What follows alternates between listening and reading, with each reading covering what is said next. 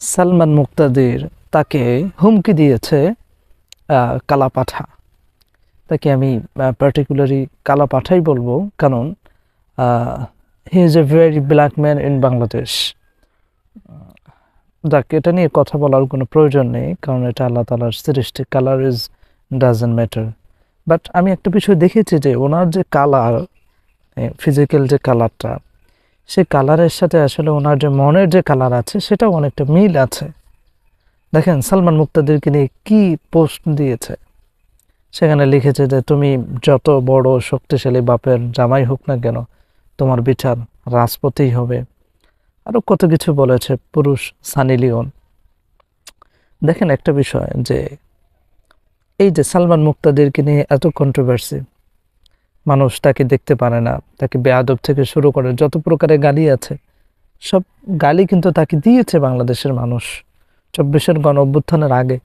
কিন্তু এই বেয়াদব ছেলেটাই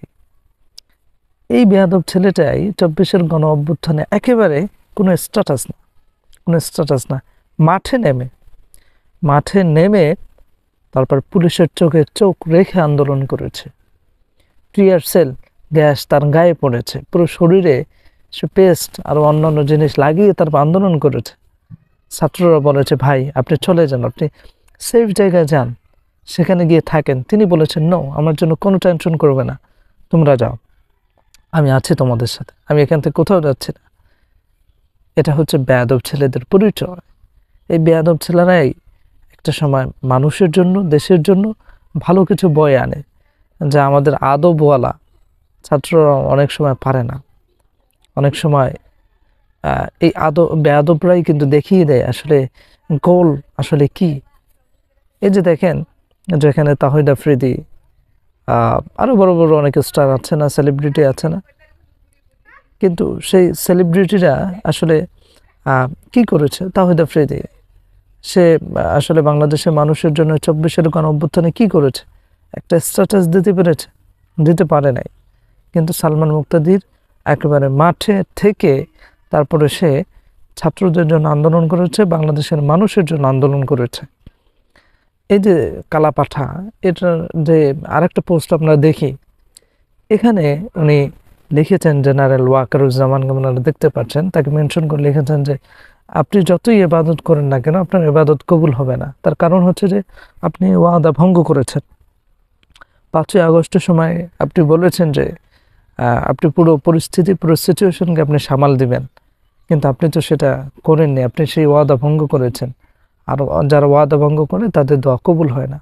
বিশাল বড় মুফতি এই কালাপাঠা জেনারেল ওয়াকারুজ্জামানকে নিয়ে এটা বলেছে। আরে জেনারেল ওয়াকারুজ্জামান সেটা কথা দিয়েছে, সেটা তোদের এই যে তোরা যে আওয়ামী পান্ডা আছো, তোদেরকে ধ্বংস করার জন্য সে এই কথা দিয়েছে। তোদেরকে যদি এই কথাগুলো না দিত, শেখ হাসিনাকে যদি এই কথাগুলো না দিত, এই ওয়াদাটা না দিত, তাহলে তো তোরা নিজেরাই কুত্তার মতো বাংলাদেশের ছাত্র জনতাকে হত্যা করতে।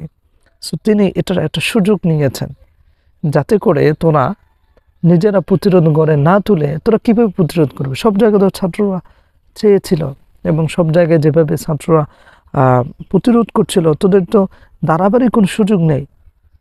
সো যখন এই জেনারেল ওয়াকারুজ্জামানকে যখন ওয়াদা করানো হলো যে আপনি পুরো পরিস্থিতিকে সামাল দেবেন, তিনি বলেছেন হ্যাঁ, আমি টোটাল যে পরিস্থিতি আছে সেটাকে সামাল দিব।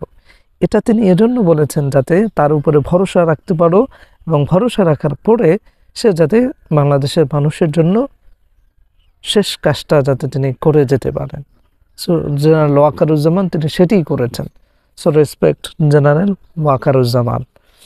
আর সর্বশেষ বলবো যে সালমান মুক্তাদিরকে যে হুমকিটা এই আওয়ামী লীগ কালাপাঠা দিয়েছে, সেটা শুধুমাত্র সালমান মুক্তাদিরকে একা না, এটা টোটাল বাংলাদেশকে সে হুমকি দিয়েছে। সুতরাং সালমান মুক্তাদিরের যদি একটা কিছু হয়, সেটা গোটা বাংলাদেশের মানুষের উপরে, গোটা বাংলাদেশের মানুষ সেটা ফিল করবে। সো বুঝে শুনে তুমি কথা বলো। সালমান মুক্তাদির তিনি এখন একা না, এটা টোটাল বাংলাদেশের মানুষের এখন সালমান মুক্তাদির। সে দেখিয়ে দিয়েছে যে এত বড় একজন স্টার হয়েও কীভাবে ছাত্রদের পাশে থেকে রাজপথে থেকে লড়াই করতে হয়।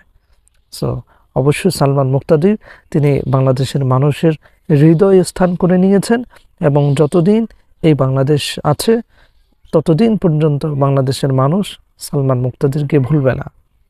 সো কালাপাঠা, তুমি তাকে যতই হুমকি ধামকি দাও না কেন, তোমাদের সেই সময়, তোমাদের সেই সুযোগ আর হিটলারের মতো ফিরবে না। So be careful, man. Okay, that's it. Thanks for watching this video and see you in the next video. Allah Hafiz.